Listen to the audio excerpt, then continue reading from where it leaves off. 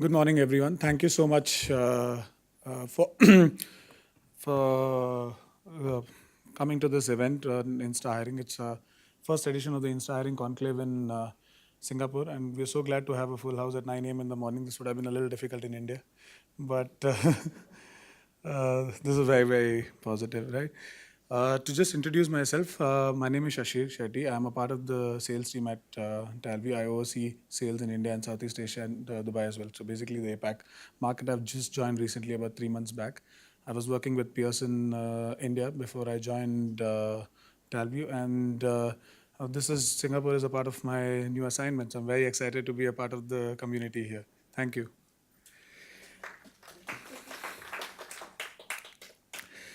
Uh, just to give you a very Insta hiring conclave is something that we do across multiple cities. This is the sixth edition of the Insta hiring conclave. We started off with San Francisco and Dallas. That's where our CEO and founder Sanjo is based out of. Then Mumbai, Delhi, Hyderabad, and Singapore is the latest edition as part of this Insta hiring conclave. And I think we're very, very excited to be a part of this. So, just to give you a very, very quick background about Insta hiring and what is it that we try to drive through this. At Talvi, we've realized two things. One, the HR tech space itself is a very, very fragmented space, and I think there are a lot of players. It's a very crowded space.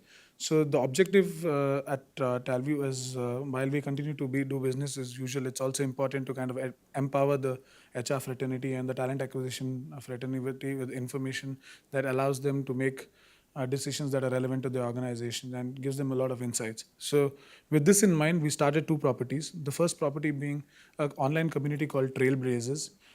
So what we do as a part of this community, it's basically a learning community for the talent acquisition professionals, where we run master classes every month. So the last two master classes were on how AI is being used in in the CV screening and passing space, how it helps you kind of use intelligence to make better shortlisting decisions. We also did a webinar on how to use remote proctored cognitive intelligence solutions to run your entire recruitment process remotely without having to call the candidates in person.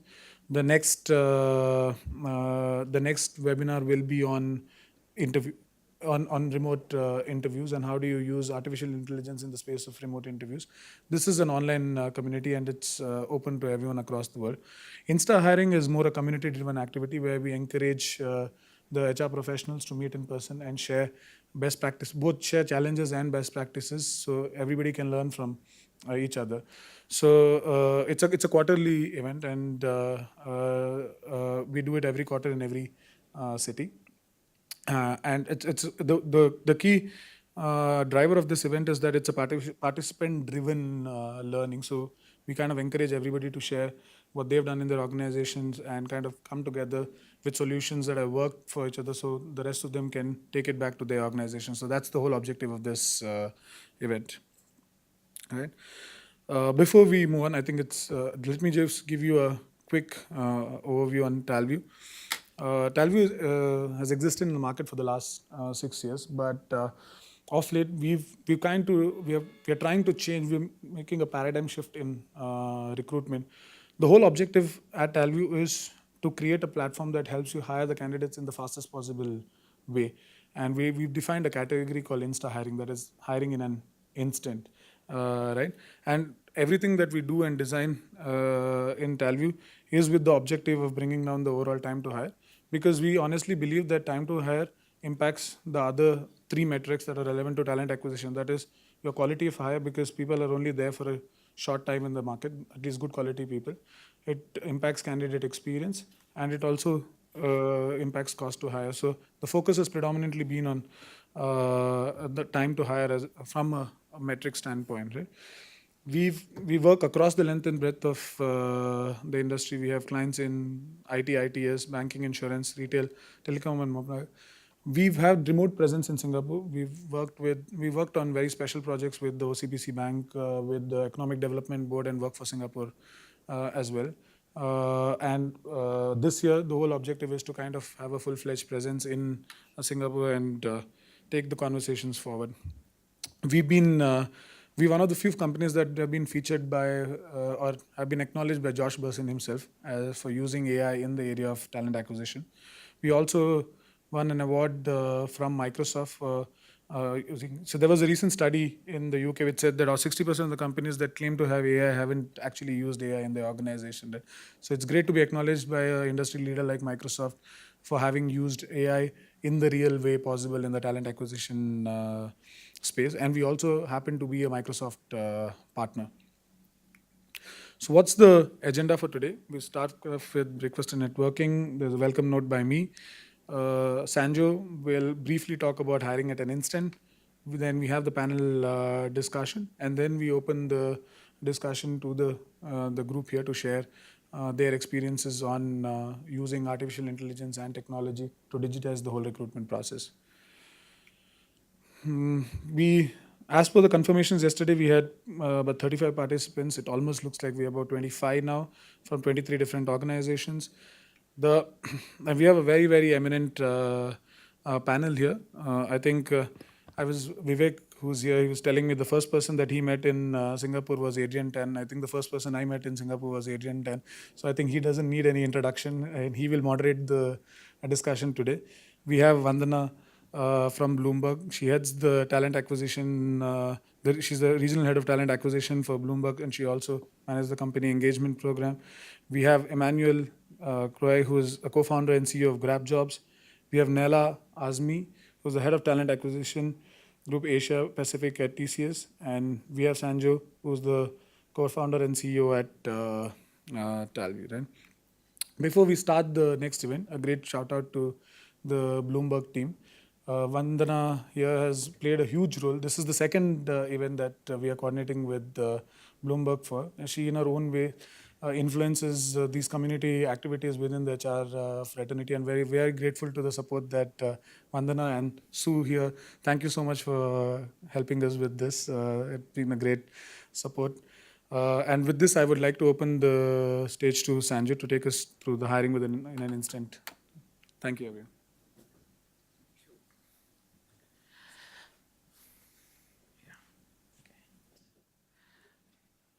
The screen is kind of a block. Maybe I'll try and come here. Yeah, I think for everyone, almost every HR leader or HR practitioner I meet, they keep talking about HR tech. There are like so many different platforms, so many companies out there. How do we make sense out of what's happening out there? And uh, like Shashir mentioned, one of our endeavors has been to kind of help the customers or people we meet to make sense out of what's happening out there, and we'll try and do that today as well. But one thing I think which we have been able to do within this space, so we have been in this space for 6 years, but especially in the last 2 years, we've grown 10x in terms of our customer reach, in terms of our revenue, and we've significantly grown. And we believe that there is something unique about what we are doing, and it's our endeavor to share that also with what we are doing and what we have been able to deliver for our customers. So, like Shashi mentioned, Bersin by Deloitte last year showcased Talview was in the talent acquisition category, one of the most important influencers. And we also did last year the deployment for the largest number of recruiters from a single organization for digital hiring, which we had 2,000 plus recruiters from a single organization coming on board to use Talview. That's probably the largest deployment of digital hiring ever. And we are also the only HR tech company to win Microsoft's AI for All award. So I think we have been able to grow because especially in the space which we are operating in, there are a lot of applicant tracking systems and assessment platforms. We don't consider, while we touch upon many of those aspects, so we don't consider ourselves as an applicant rank system or or an assessment platform. We believe in solving what we believe is the biggest problem for talent acquisition fraternity today, which is time to hire. But in common knowledge, you always equate time to quality. So if I spend more time, uh, I should be able to hire better people. So why should I not spend more time? That's the notion which many of us have. It's kind of an inherent conviction which we have. But if you look at why we do that, it's actually driven by a fear of bad hire, because cost of a bad hire is very high. So if you as humans, we always try to hedge against a bad decision by spending more time. But if you look at the statistics, the best candidates today are available only for 10 days in the market. So if you have a 2-month long hiring process, your ability to hire the best candidates, that's limited by that much. So you are not going to impact your quality of hire by spending more time. The same way, 6 out of 10 job seekers who drop out of the hiring process, they attribute that to a long hiring process. So your candidate experience, again, if you have a long process, that's also getting impacted. And obviously, the more time you spend, especially if you're a high volume recruiter, it's going to drive up your cost. So time to hire is probably one of those North Star metrics which can actually help you take charge of your entire recruiting process. And while this is happening, especially in the West, and I think that's coming to even the APAC region, the way even the white collar workforce is working, that's undergoing a change. So we have more and more remote and freelance workforce entering even the white collar economy. So that means if you're going to hire somebody for 6 months or 9 months, you don't want to spend 2 months in hiring that person. You need to hire them faster. And if we look at how time to hire as a trend has been over the last few years, that's actually increasing. Today, an enterprise takes on an average around 64 days to fill an open position, and you cannot really work with that to get a equipped for what's coming. And that's where Talview believes we have a role to play. And today, if you look at, technology has enabled everything at the top of a finger. Whether it's your retail, your mobility, all of that is available in an instant. To use that analogy, but why can't we have the same experience when it comes to talent acquisition? And that's what we call as Instahiring experience, the fastest way to hire. So if you look at the current talent acquisition process, so you have applicant rank systems, but they mostly come at the beginning of the funnel and at the bottom of the funnel, the top and bottom, where the beginning where you collect all of the resumes, and then finally when you're ready to make an offer, you go back and mark one candidate as selected for offer. But rest of the entire process, whether you're doing assessments or interviews, all of the interactions, all of that happens offline. So there are two challenges. There is very little digitization or automation which is happening in the entire screening and selection process. And you're also capturing very little data because everything is offline. You're not able to derive any insights out of all the data which is getting captured in that entire process. At Talview, we focus on changing this with what we call our three pillars or three propellers. First one is remote. How do we enable organizations to take the entire process online so that there are no schedule or location constraints? And by virtue of that, we eliminate a lot of friction and help fast track hiring. Second is automation. How do we automate everything which doesn't require a human to be involved? So, for example, there are a lot of mundane routine activities within recruiting which really doesn't need a recruiter to spend time, like screening of resume or scheduling of interviews. The recruiter should actually be able to spend time on building a connect with the right candidates and ensuring that they join your organization rather than doing some of these mundane things. And when we are able to automate that, what we also are able to achieve is we make a sequential activity which is very time consuming. A recruiter can only process one candidate after another. If you use a bot for scheduling, the bot can process unlimited number of candidates in parallel. So you are fast tracking the entire process significantly as well. So automating everything which doesn't require a human to be involved, that's a significant part of Insta hiring. And reuse. So how do we reuse all the data? So most organizations, you operate in candidate pools which are limited, and many times the same candidate come back, even if you don't hire them the first time, they come back for an interview or an assessment or become part of their process again and again. But when in an ecosystem where everything is happening offline, you will have to make them go through the entire process because you don't have a track of what has happened in the past. So how do we reuse information or reuse processes which have already happened and use that to fast track hiring? So one of the examples which I would use is Deloitte. On an average in a year, they hire around 60,000 people, and for that 60,000 people, they tap into the same 200,000 candidate pool, most of them from a PwC or from a Dell or KPMG or EY. For the first time a candidate applies, even if they are not hired, mostly because of budget or location or timing constraint, the next time there is a similar opening, Deloitte is able to go back and tap into the assessments and the interview recordings and all of that and pull it out and actually let the hiring manager take a call on whether they can fast track the hiring. They can directly take the candidate to the third round or fourth round rather than making them go through the same first round, second round again and again. So essentially, this is the way we re-envisioned talent acquisition with Instahiring, where the entire process happens online. The screening of the entire candidate profile, it happens via a bot. You don't need a human to look at one resume after another. Instead of that, in an instant, the bot can quickly categorize the entire resumes for you.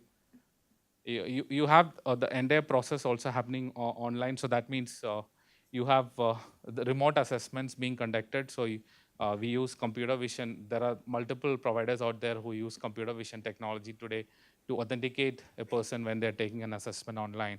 And also you have multiple techniques available to ensure that they are not taking external help, because many times companies rely on getting the candidate to your location because they don't want the test score to be compromised. But there are technologies available out there which allows you to remotely conduct authenticated assessments.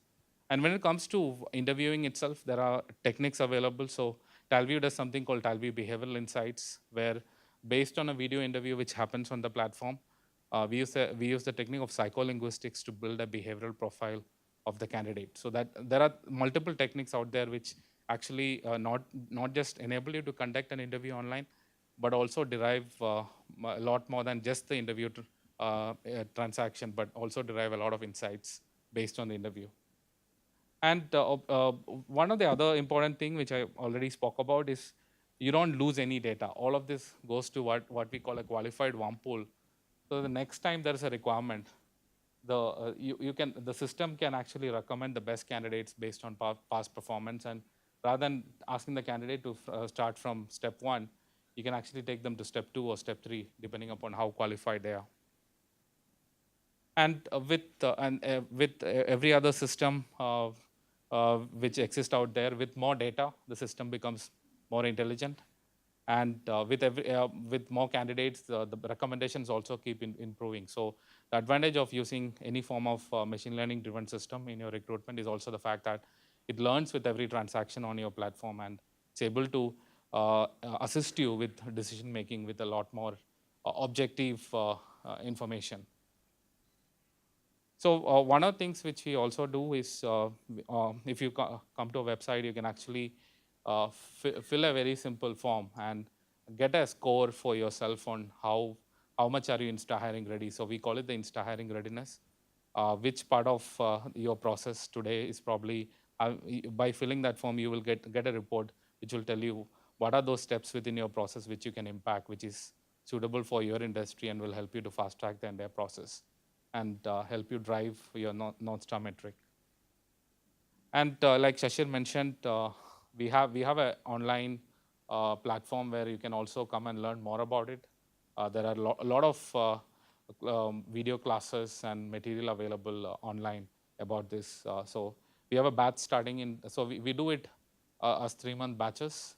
So we have a batch starting on 1st of July.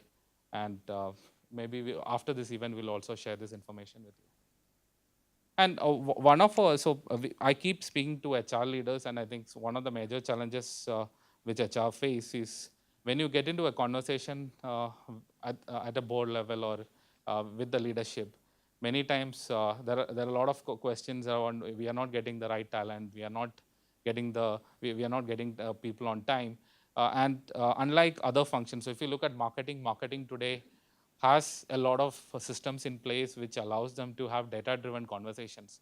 but HR mostly have to fight based on perceptions, because most of the HR systems are only there from a compliance and tracking standpoint, not really from intelligence or reporting standpoint. So one of the endeavors of Talview, and what we're also trying to promote with an ecosystem of HR technology partners, is also to help HR to have more data-driven decisions, and but be a value function rather than being considered as a cost function, which doesn't have a data-driven strategy. So with that, I think I would invite Adrian to come in and have the panel.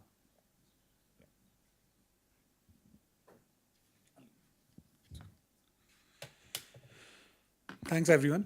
I think now for the most exciting part of the morning, let me just quickly introduce you to the panel. Would you be introducing the rest of the panel? Yeah.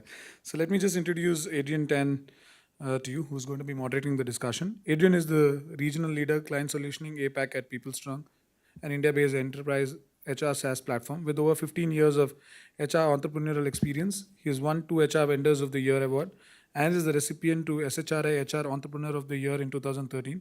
He is the creator of Singapore HR Tech Market Map and is a jobs commentator on Channel News Asia. Very excited to have you on board, Adrian. Thank you. Thank you. Our next panelist is Vandana Ramchandani.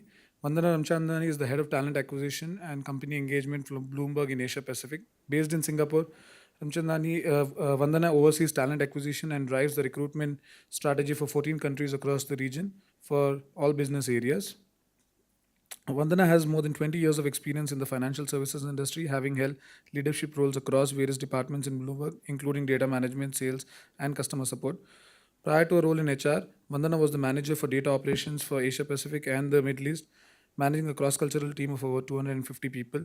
Vandana is on Bloomberg's Diversity and Inclusion Council for Asia Pacific. She is also a member of Bloomberg Singapore Office Committee. She is a frequent speaker at conferences on leadership and talent, inclusion, local leadership, as well as mentoring young women are topics that are very close to your heart. Welcome, Vandana. Thank you for being a part of this. We also have Emmanuel on board. Emmanuel is the co-founder of Grab Jobs, a mobile-first jobs platform that aims to revolutionize recruitment in Southeast Asia with proprietary chatbots that automate the recruitment process. He is passionate about technology and innovation and constantly strives to find solutions to real-world problems. Emmanuel graduated from the McGill University with a BSc degree in computer science. He started his career as a software developer in Singapore before making a career switch as a recruitment consultant. Shortly after, he founded Astor Lion, a recruitment firm with Mark Mello. It was his mixed background in technology, recruitment, and entrepreneurship that led him to conceive Grab Jobs. Welcome, Emmanuel. And finally, we have Nehla Azmi. Nehla is an experienced talent acquisition group head with a demonstrated history of working in the information technology and services industry. A strong human resources professional skilled in technical recruiting, strategic sourcing, screening, and management. As the head of talent acquisition TCS Asia Pacific, she is responsible for overall strategic and development decision making and implementation of recruitment processes spread across 13 countries in the APAC region.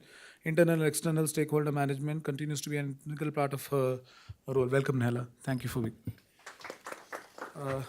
I'll leave it to you, Adrian. Sure. Thank you. Thank you so much. Do we have? Oh, great. Thank you.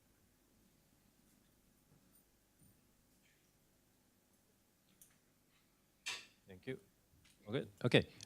Wonderful morning to everybody. But before we begin, let's give a big round of thanks to Bloomberg for hosting us at this very awesome event. I love your pantry. It's really great. I will. I'll make sure I do that. And also thank you, Telview, for making this happen. So thank you so much for taking time today from your busy schedule to attend today's event, which is centered on time to hire.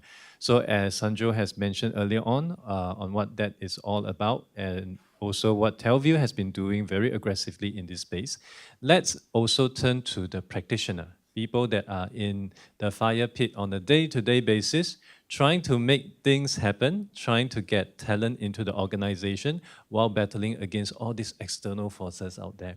Now, just to give you a bit of background as well, I've been in recruitment in my previous life, I was in recruitment. I was running an agency for about 12 years, and I have seen how it was done just after we stopped using fax machine to get resume in, to about just after LinkedIn became very popular. That was quite a interesting transition phase. But if you were to fast forward to today, you would have things have changed a lot. Very interestingly, I just had a friend who have gone through 5 rounds of interview over 5 months at Facebook. Yeah, you would think that a company like that would speed things up, but not really. My cousin just joined an e-cigarette company in Singapore. Very interesting, e-cigarette in Singapore. They can't sell, they can R&D. Basically, they can smoke their own joint, but they can't sell. He went through 7 rounds of interview over 6 months. Yeah, and on the last round, he actually flew to San Francisco for the final round, but still 7 months. I must give it to him. He is very, very patient to go through the 7 months. The most ridiculous one I've ever heard was 9 months with Standard Chartered. From a role in Singapore to the 7th round in KL, where the role became to be based in. And finally, my friend back then just dropped out. It was just too long for him. So there's still many organizations that struggles along this line. And I dare say a lot of time, hiring manager also play a huge part because they are in their own ivory tower, their own silo. Candidates come to me, I just pick and choose.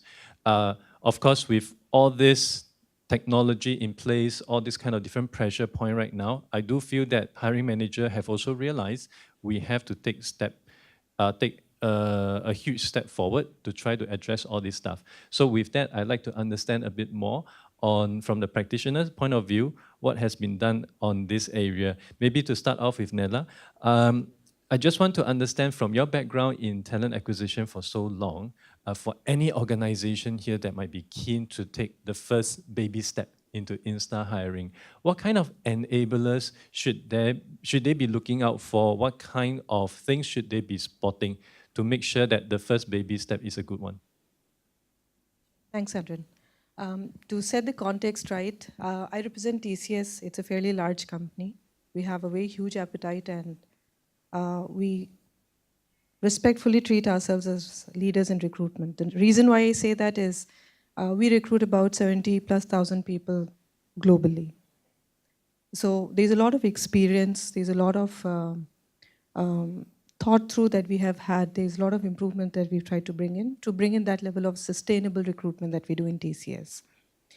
Now, talking about very fundamental thing around here, I think the first thing for any organization when we are looking at targeting to improve on time to hire or time for fulfillment is, one, to have enough data, enough visibility to understand where we stand today, which comes with the data. So we need to first have enough data to understand where do we stand today, how much of time is being taken today to where we want to reach. That's what I would say should be a very basic thing to have. Because we do see in our experience, in our own experience in DCs in different countries, we are very strong in some parts of the world in having that access and view to data. In some countries, we aren't.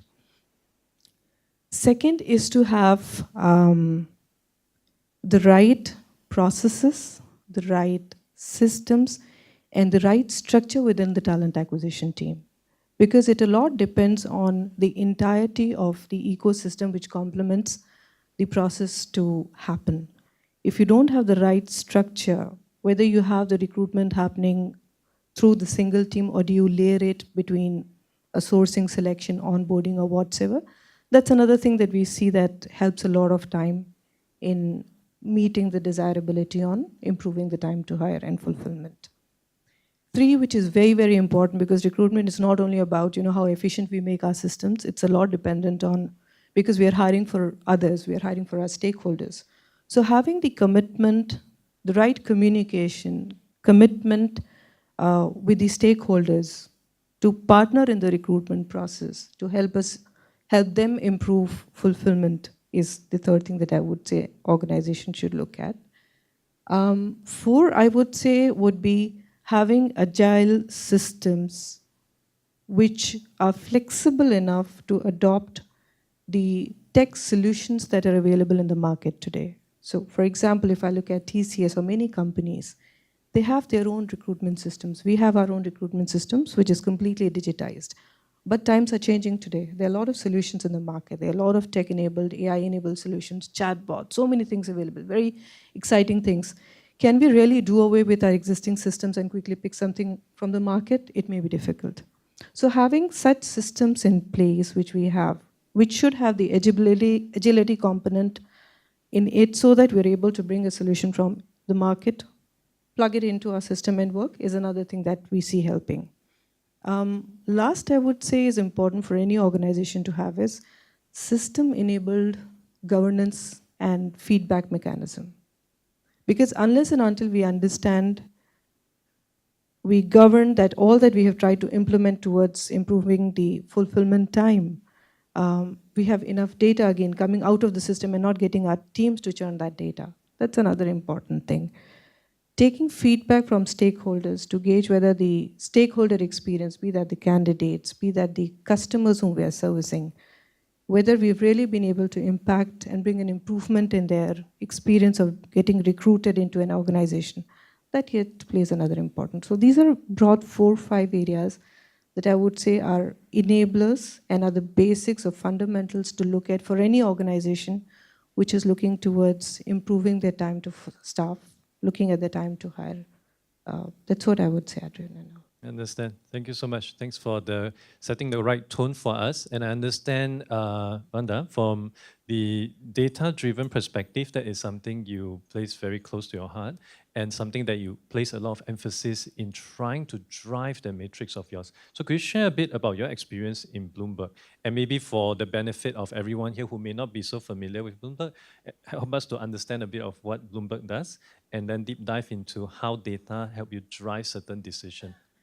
Sure. So that's a very large scope. So bear with me. I'll walk you a little bit through our journey, but let me start by as Adrian said, what Bloomberg does. So Bloomberg, I like to say, we're a financial data and information news provider. I think we almost were probably the first fintech per se, and an intranet, right? So we are really based on communities. A lot of people, a lot of the financial industry trades over us, communicates over our system, right? But we also provide news and data. So that's us, but I think we almost function like a group, a holding company, because we have a financial products division, which is your regular, people join you through an analytics course, they're fresh grads, they go into the sales force, they become market specialists, they go into the sales force. We also have a news and media division. We have a data division, which is very, which has all the data scientists and folks like that. We have a technology engineering division, and of course, we have the support. So when we are going to market, we're really hiring not for one kind of individual. We're almost hiring for 5 different people, right? At the grad level, there can be some overlap. A technologist may want to go into data or the other way around. Some kids don't know whether they want to go into customer service, HR, or sales per se, right? But as you grow up the value chain, it's quite distinct. So at Bloomberg, coming to why data is so close, we have a saying, in God we trust, everybody else bring data. So, that's our fundamental way of doing business. And in my journey, I have a data technology background. So I came into HR 6 years ago, and it's been a fascinating journey for me, because what I walked into was no process, no data, all gut, lots of emotion. And it was, it was I must say, it was a very, very exciting but challenging situation.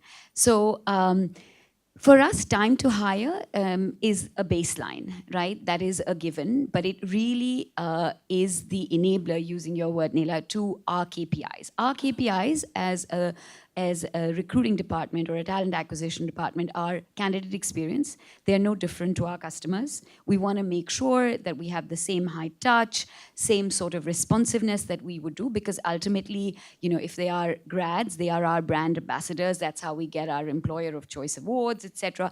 Or if they're at the senior level, and we have, I want to say in Asia, around a 60-40 split, where 60 is experienced hiring. So it's really high touch, right? If I'm hiring hiring the head of media sales for Asia, I better be high touch with that individual. Otherwise, they're not going to engage with me. So candidate experience is critical. Commercializing sourcing is critical because it's the cost of hire. You know, if you look at the triangle of recruitment, right? It's cost of hire, time to hire, and quality. So one of the three, you know, where are you going to emphasize? So for us, time to hire becomes a baseline. You know, we have service level agreements. You've got to meet, if you have a candidate in your queue, within 24 hours, you've got to react. Within 7 days, they should have either gone into third round or whatever, you know. So that's really, but that's commercializing sourcing. So how do you keep your silver medalists alive? And how do you make sure that you've had a silver medalist who's pretty much gone to the last round, you know, of the business, and then for some reason the other candidate was perhaps just had an edge. Really, this candidate wasn't a bad candidate. How do you, next time this job opens, or how do you even keep them engaged? How do you have that coffee in the next 6 months or a year so that you can continue to engage with them, right? So that's commercializing sourcing, bringing down agency costs, making sure you know which agencies work for you because you can look at performance ratings. So that's the third, and quality of hire. And that comes back to, you know, being data-driven, because you can then analyze what sources, what job boards gave you the best quality of hire. Was it, and for us, it's referrals. It's not rocket science. I think that's the industry standard. But 20% last year, 22% in Asia came through employee referrals. And we know that that's our best in terms of quality of hire as a source because of the data. So then you can kind of target that area. Now, how does technology fit in? Very quickly, you know, we've grown exponentially in terms of volume of, and I'll talk from the Asia perspective, by 45% from 2015 to 2018, which is when we launched the Bloomberg experience. So we took a food truck and we did all, you know, we had campus experiences. We were all over the press. It was my second year in the job, and I felt nobody knew who Bloomberg was, because like yourselves, everybody thinks, oh, maybe it's a news or media company. Oh, it's those terminals, right? But what do we do? How can we really join Bloomberg as an employer? But that has led to from 58,000 to 85,000 applications within the last 3 years. There's no way we can keep up with the volume, right? So for us, technology has been video interviewing, self-scheduling for candidates, but only for first round. Once you kind of go to the next level, we become high touch yet again. But again, you know, we've gone with assessments for, we treat volume hiring and experienced hiring quite differently. You know, it's competency based.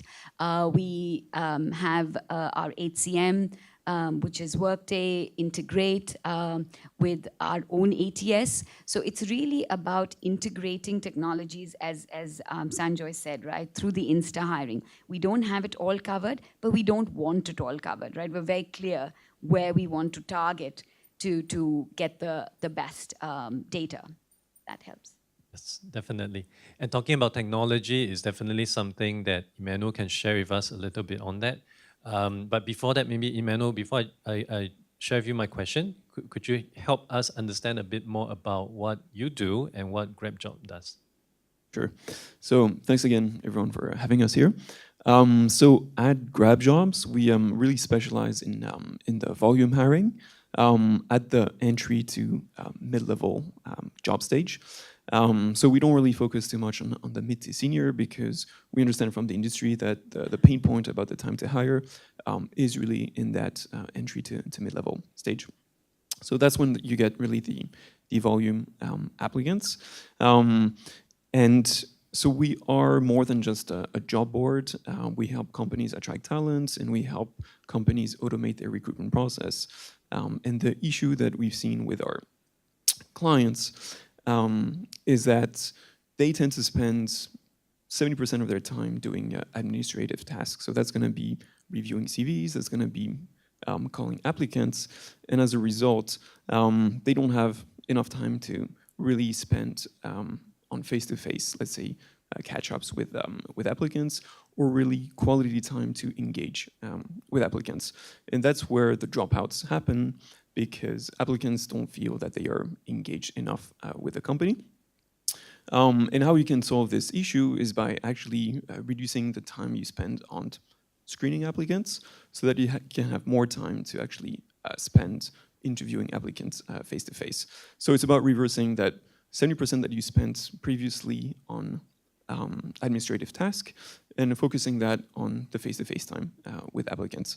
So in terms of the technology that you can use to cut down your screening time, similar to TalView, we also work with interview chatbots. So that's really a great way to, first of all, engage people instantly, and be able to rank them, according to who's most relevant for your job requirements.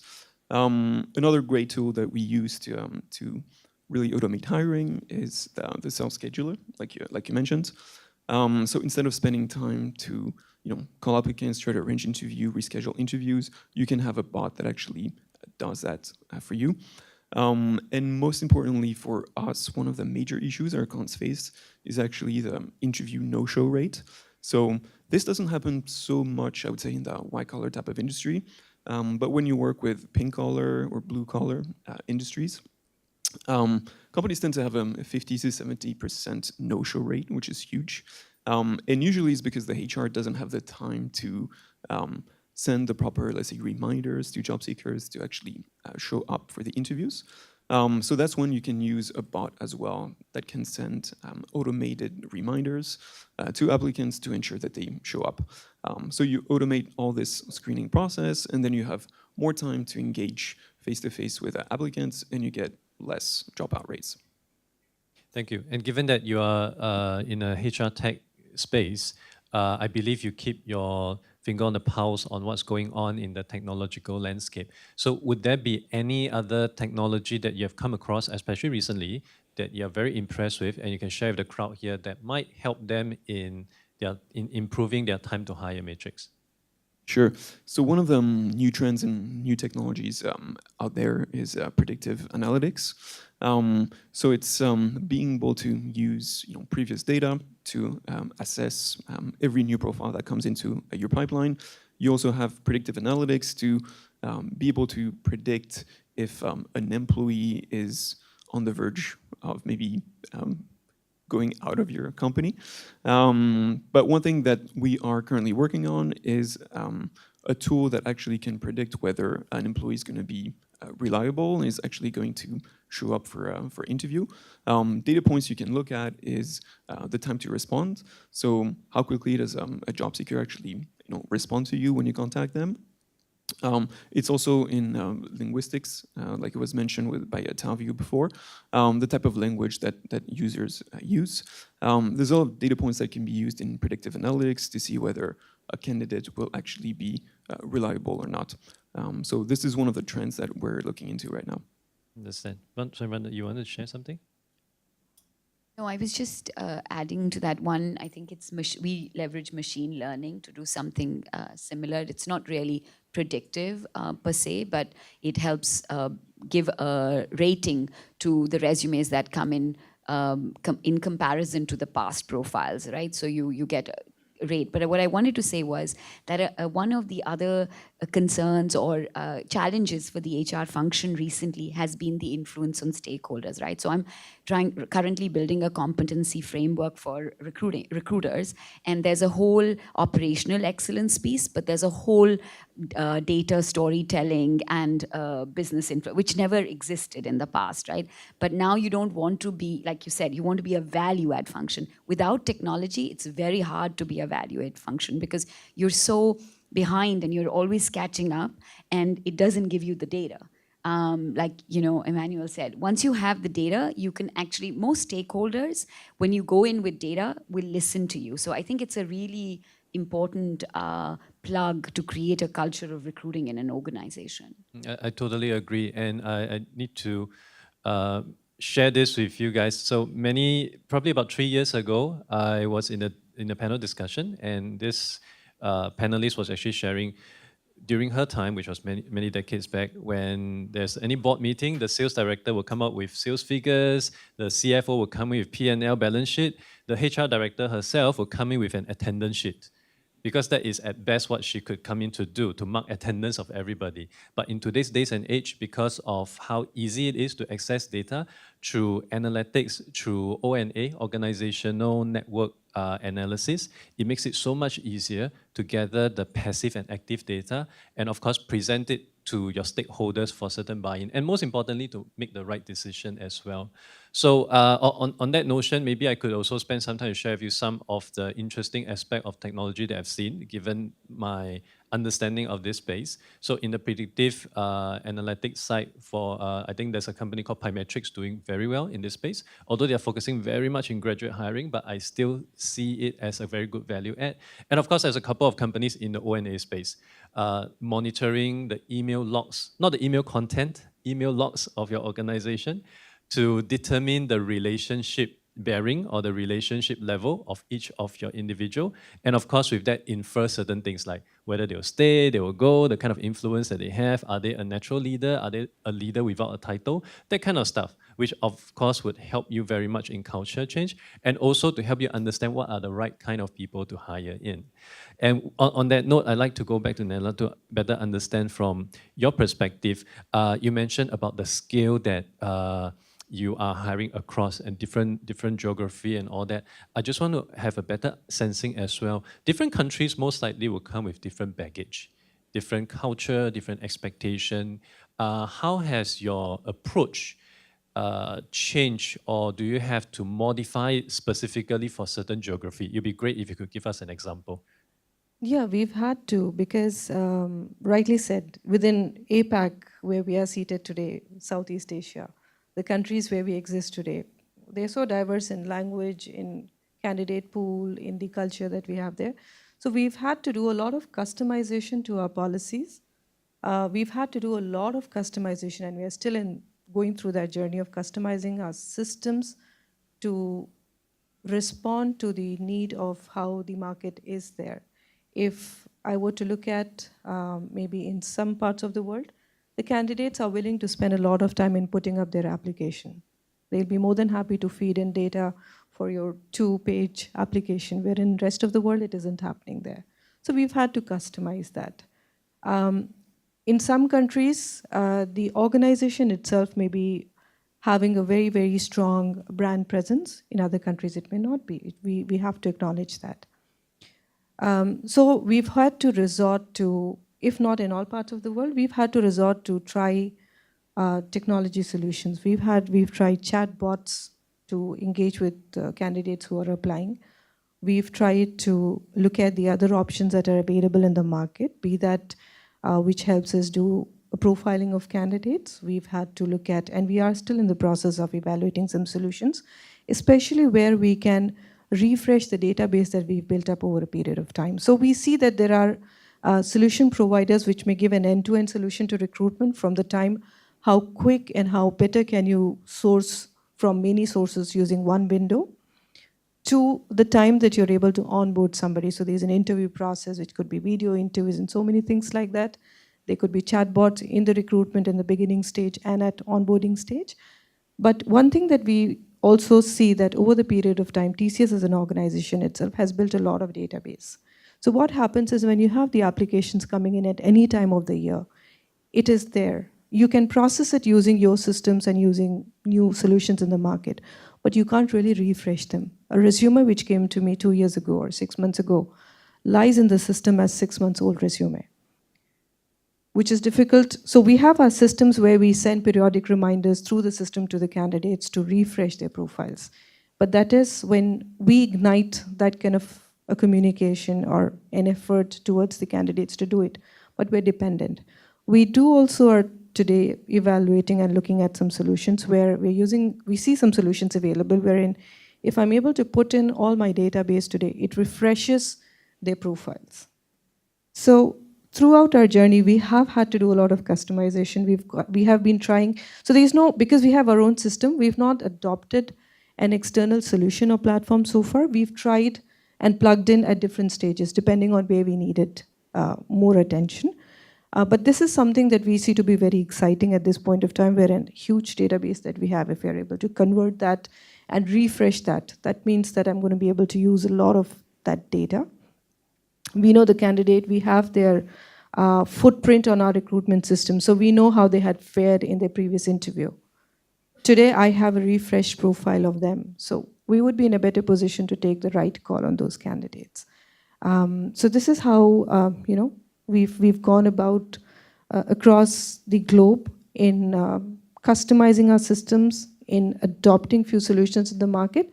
Yet we keep exploring and testing the solutions that are there. Maybe not on an end-to-end basis because we had ours, but there are many good solutions to look at today. Yeah. Right, right. So you mentioned about chatbot as well. It's something that I was quite exposed to over a trip to India 1 year ago. So over at this event, I actually came across there's 120 exhibitors, about 20 of them are actually providing chatbots. And back then, I have zero understanding of the India market, but a few weeks later, I do, and understand that in India, it is very much a screening issue over there, because when you put out one job, you probably get about 3,000 applications. And also, based on my conversation with a lot of companies out there, chatbot appears to be one of the low-hanging fruit, so to speak, in trying to accelerate your time to hire. This is something at my company, People Strong, we also do, but it's more for internal HR purpose. So for any employees to check with the chatbot on certain policy, leave balance, etc., they will do so. But in today's context about recruitment, maybe to start out with, Anda, do you have any experience, or has Bloomberg attempted any chatbot integration into your recruitment process? And is it something that you'll be looking to explore in the future? We've had some demos. We haven't really explored it as yet because, again, as I was saying, we have a 40-60. So the volume. So for us, like you said, it would be, or Neil said, it would be very custom focused because, for example, in India, where when you do get a job, post a job, or even in China, you might get tons of applications, but then you have markets like Japan where it's really, really passive. So we wouldn't go with one solution. We haven't gone with chatbots. We're still with video interviewing for volume as well as assessments, which we've gone live with. Right, okay. Any other solutions that you are currently exploring or interested to be looking to?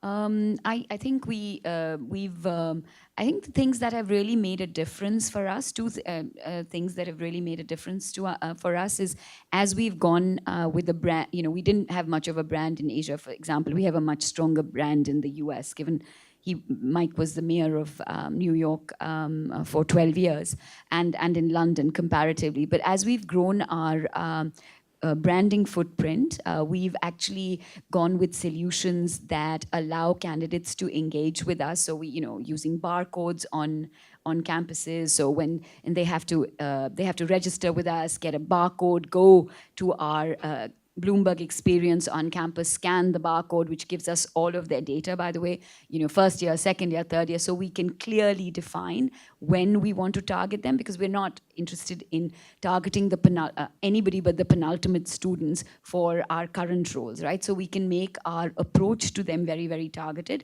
And for second years, we can then do, like a Bloomberg Academy where we bring them in. So it's been very focused. I see Sanjoy trying to cut it, so I will now give you the opportunity. Yeah. Okay, So. understand. Okay, so thank you so much for the discussion so far. I understand at this moment we'll be passing the discussion to everyone else. So we'll be opening the floor for any audience member to share, to ask any question to any panelists here. Feel free to do so.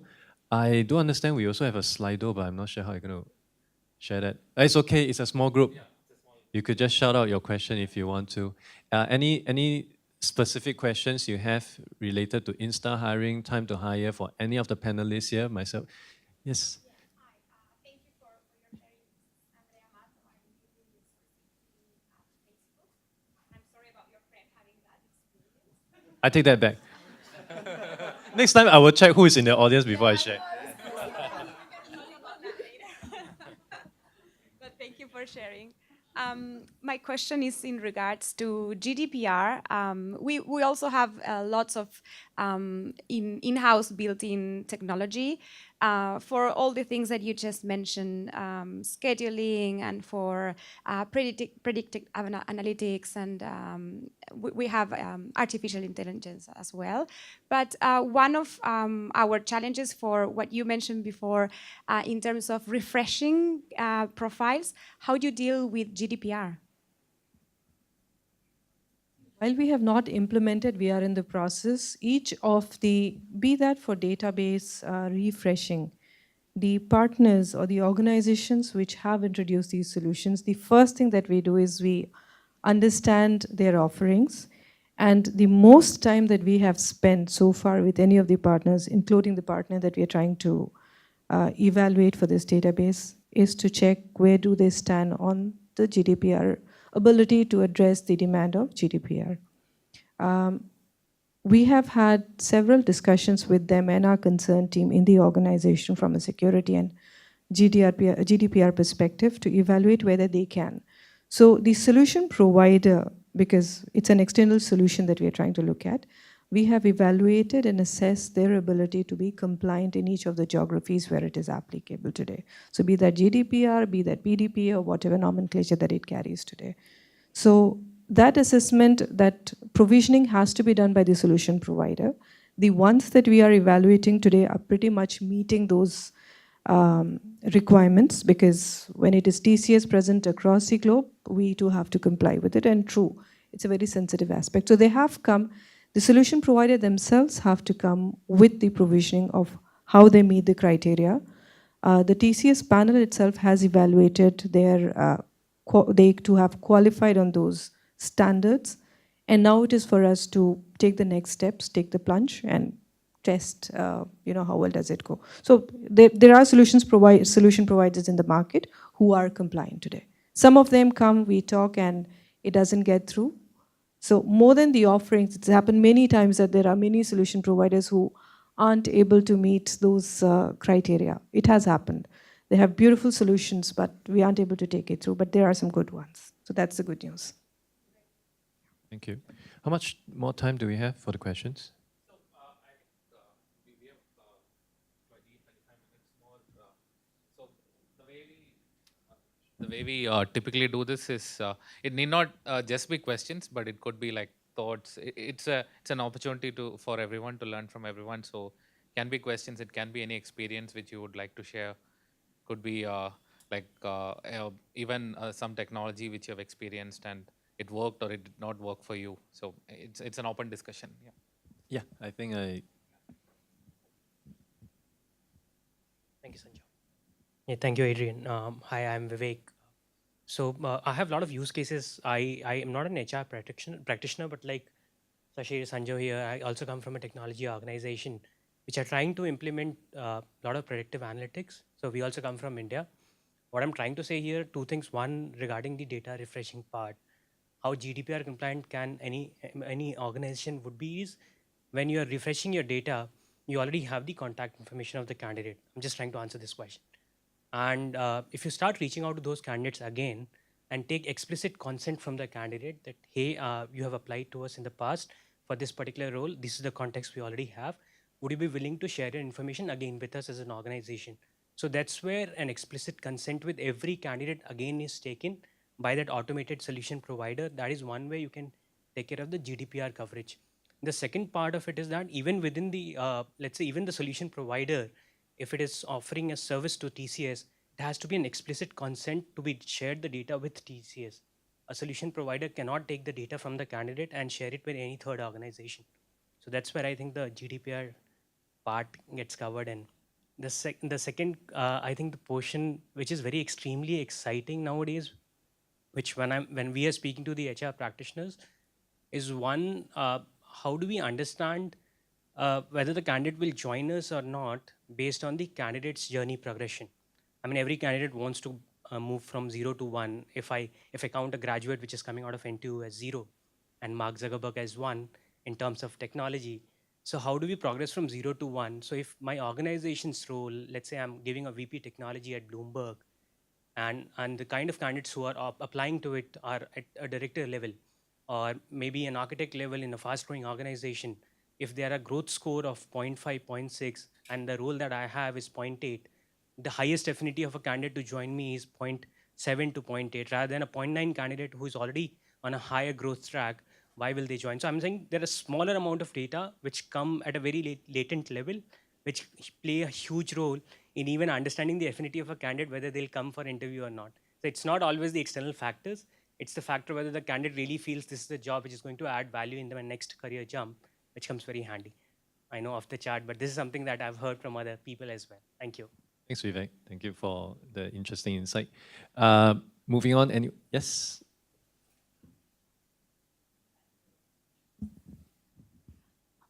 Hi, I'm Pragati, and I'm part of FedEx, and I've been working with them for almost about 7 years now. Now, very interesting discussion with the panel. Just a couple of things as I was thinking through. One, when it comes to recruitment, right, and especially like organizations like FedEx, where probably we are not mass hiring, and the time to hire is extremely long a lot of times because of the fact that there's a lot of collaboration with the stakeholders, and I heard Nela and Vandana speak about that fact.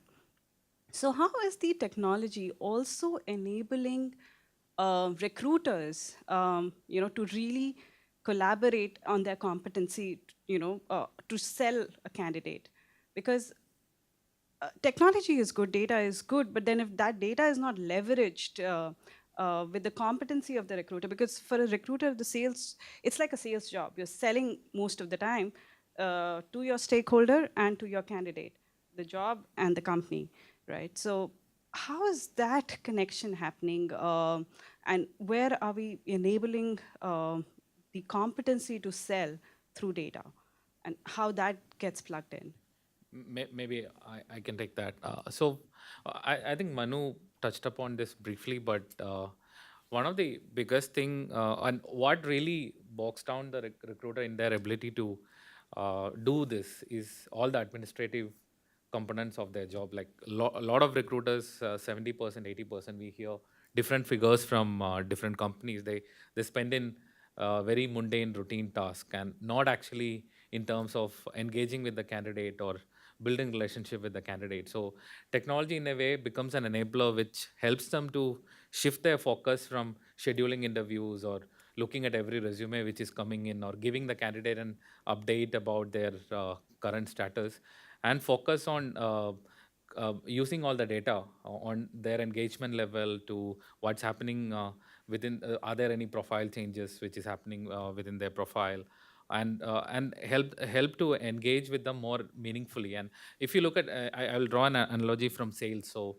around 5 years back, sales was in a very similar stage where in sales, the salesperson used to be, the primary role was tracking the progression of a deal from one stage to next. But today, if you look at sales, that's not done by the salesperson. All of that happens automatically. The salesperson is equipped with a lot of insights from what's happening within the market, what's happening with that customer, what's happening in the engagement which you're having, so that they can have more meaningful conversation with the customer. So the focus has moved from tracking and reporting to having meaningful conversations, and that's what technology which we believe will also bring into recruiting, where from all the tracking, reporting, all the administrative aspects, the recruiter is enabled and equipped to have meaningful conversations with the candidate.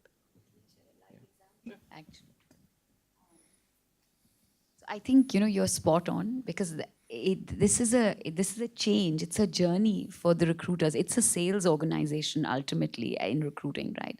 And it's now enterprise selling. It's not like one-stop shop, which it used to be. So like you said, I think there's a real, there needs to be a focus on upskilling our talent acquisition teams to become talent advisors with all of these insights and consulting skills and telling the story with data. But I wanted to share a live example on where competency. So we've introduced an assessment tool, and what's been fascinating is we've had about, on an average, a 70% alignment. It's a cognitive tool with the traits, because we identified success factors what makes you successful here, and it really boils down to cognitive traits for us.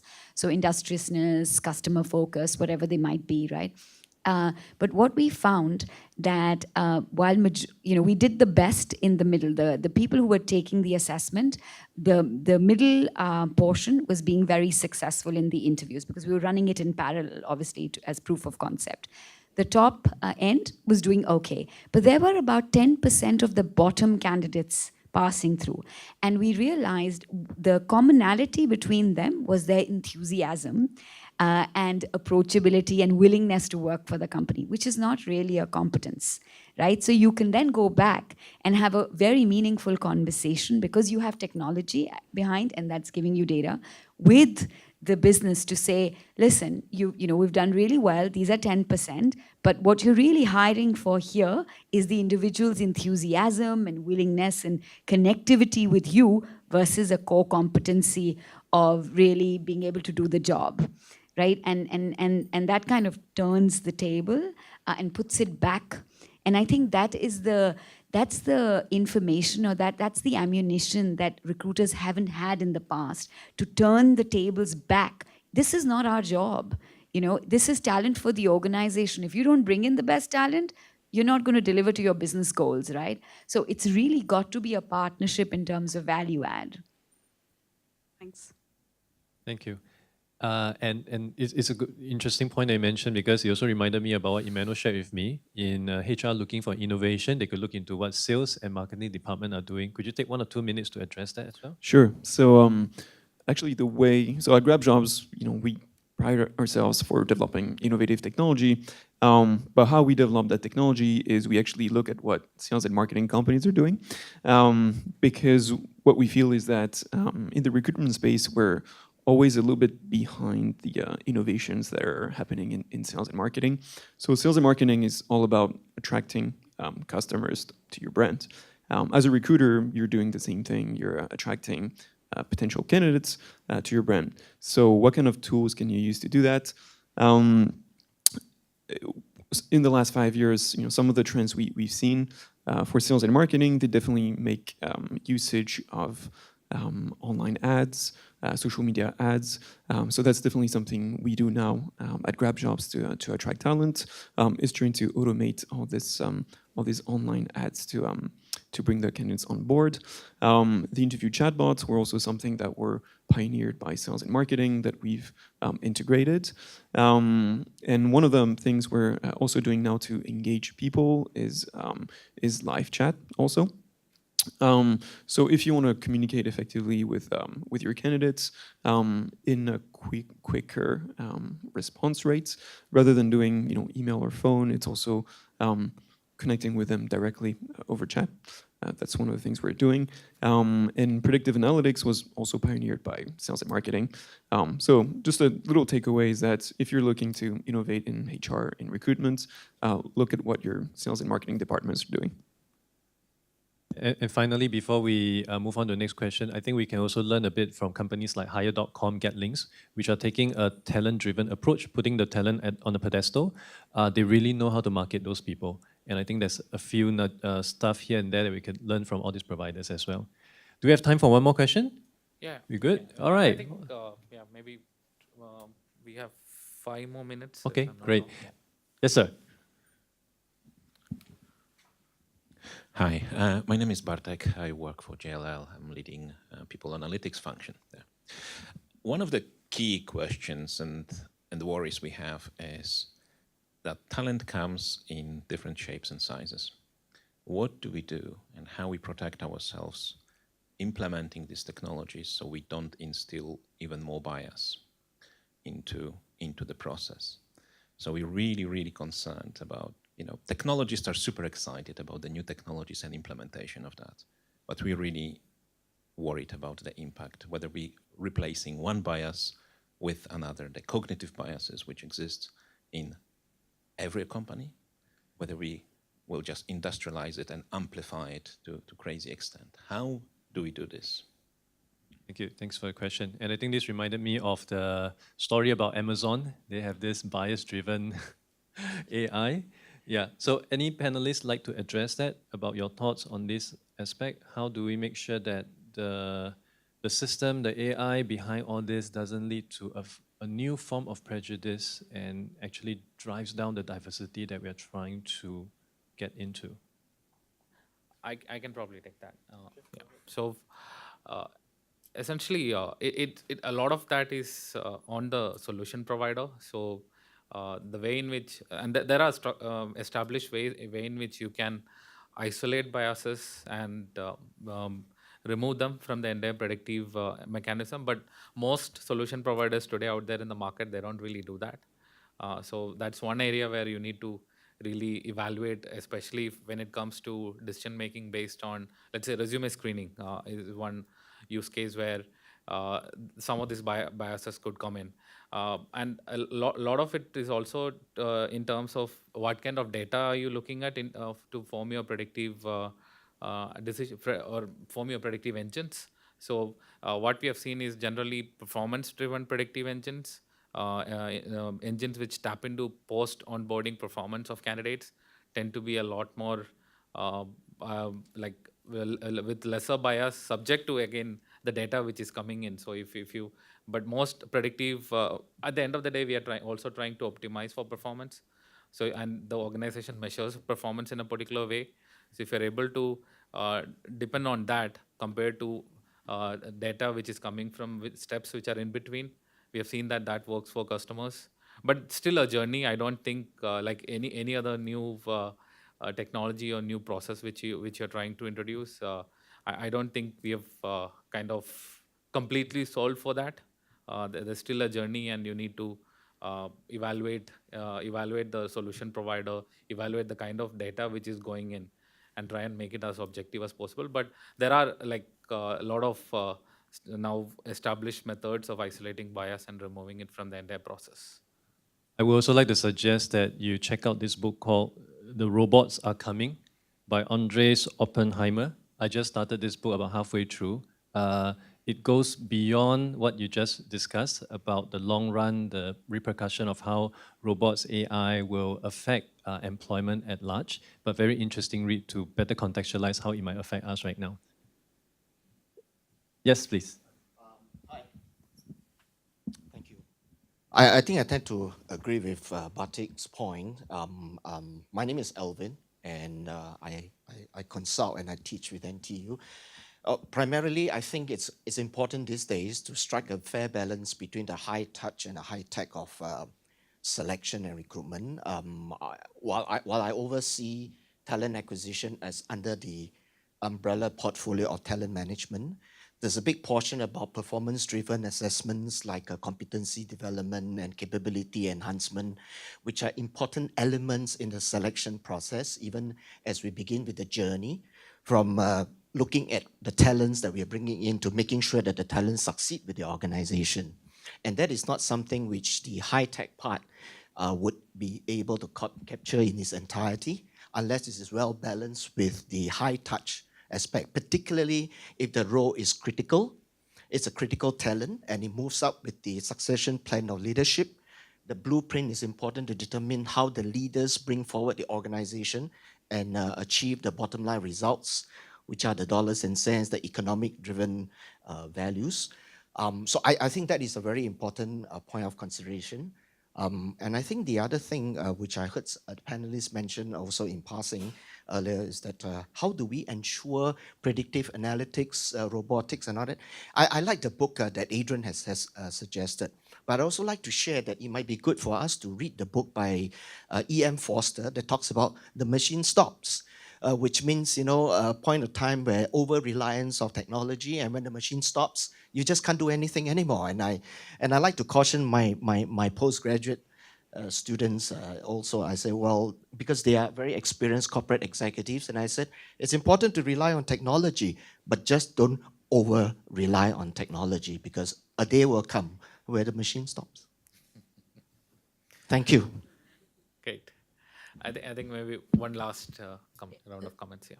This question was actually for Vandana, considering that you also handle the D&I mandate.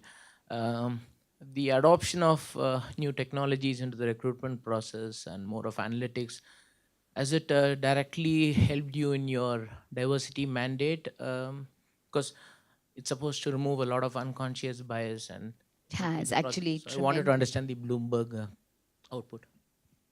Thank you. That actually it has tremendously. So while technology can be a blocker, it can also be an enabler. I think it's like you said, Alvin, how it's the balanced approach between where you leverage technology and where you leverage high touch. And obviously, we at Bloomberg strongly feel that you cannot replace the recruitment team.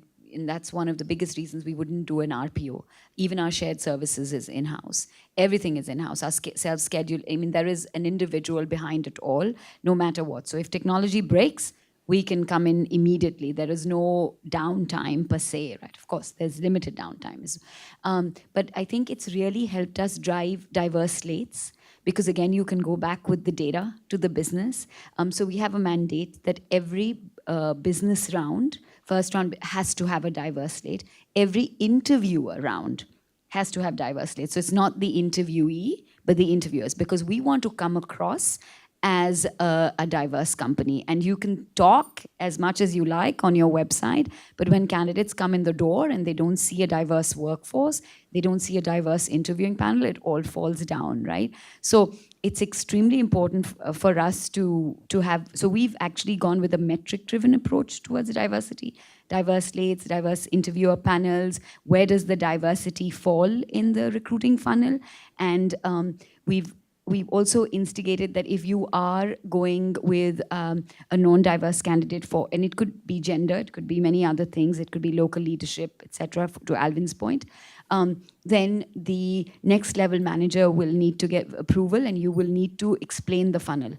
So you'll have to give a business justification on, okay, so the funnel reached this level, this is what happened. We did engage even agencies. That's the one time that we would engage agencies with a diversity agenda. Otherwise, we'd go with our own sourcing team. So yeah, totally enables us with the data. Thank you. Thank you so much. And Yeah. Sanjay, you'd like to wrap it up? Yeah, so thank you for the wonderful discussion. Thank you for all of you to, I think it's great for all of us to come together and discuss about many of these things. Hopefully there are some points or some notes for each of us to take back to our daily life and maybe implement it, maybe use that to evaluate how we adopt technology within our organization. And yeah, I think thanks a lot for coming today and look forward to continuing these discussions online and subsequently as we meet again, as and when we get an opportunity. Thank you.